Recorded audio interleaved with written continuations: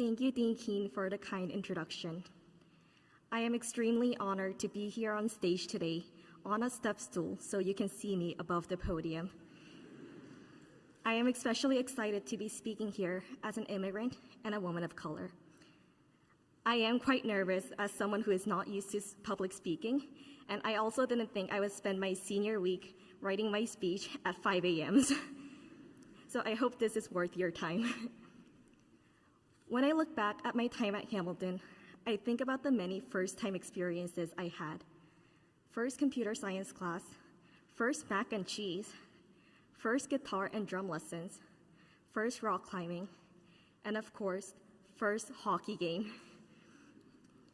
I also think about how Hamilton allowed a continuation and cultivation of my prior interests as I played in the orchestra, developed my faith in the Christian and interfaith communities, and took classes in economics and languages. Although we gather here today with wide-ranging academic and personal interests, as well as future paths, I have no doubt that our past 4 years were similarly a moment of many firsts, a moment to mature and develop our passions, and a moment to get to know ourselves better. And I also have no doubt that knowingly and unknowingly, many people contributed to our Hamilton experiences and to our being here in this room today. I would like to especially recognize my Oma and Appa, my sisters Suin, Hain, and Haeyeon, my grandparents and relatives in Korea, and my second mother, Vish. I know you'll be doing a lot of clapping today, but let's give a round of applause to those on Zoom, in this room, and in our hearts and memories.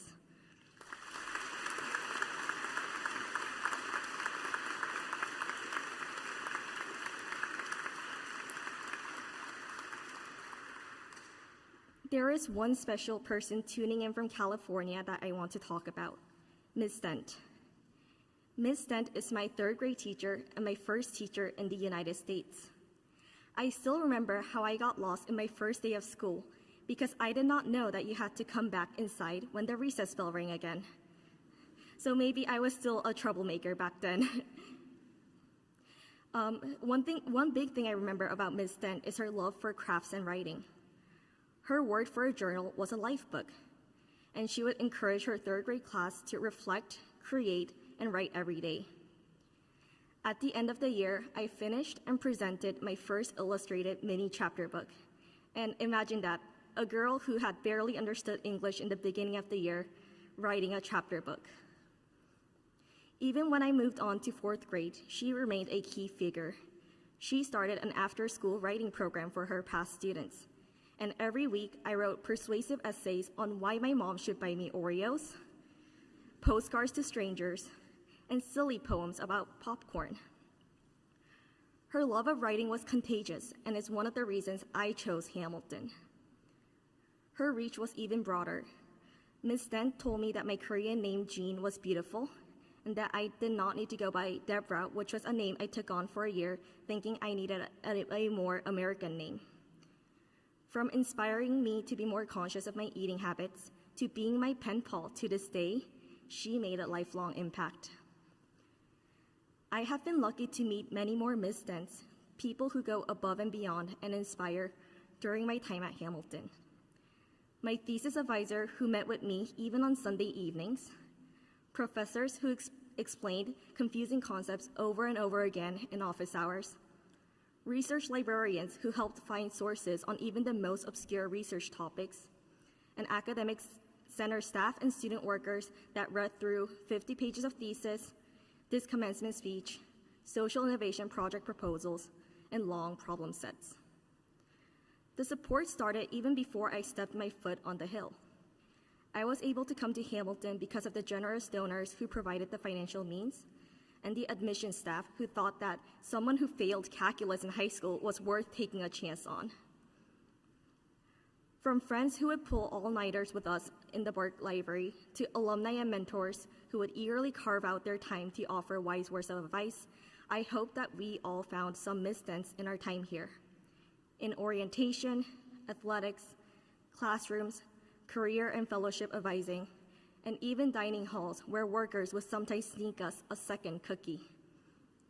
Sometimes it's where you least expect it. I remember a day in my senior year when I just wanted to give up, unconfident in myself, and worried about post-grad plans.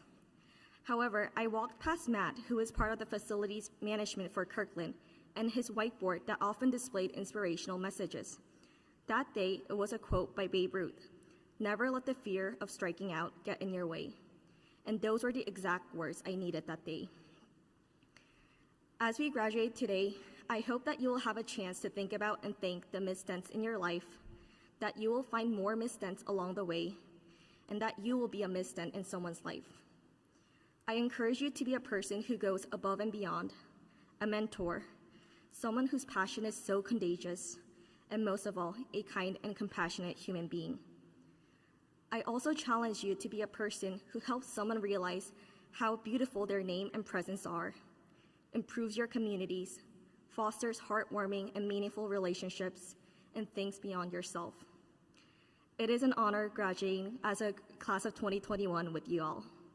Congratulations and best of wishes, and in my native tongue, 졸업 축하합니다.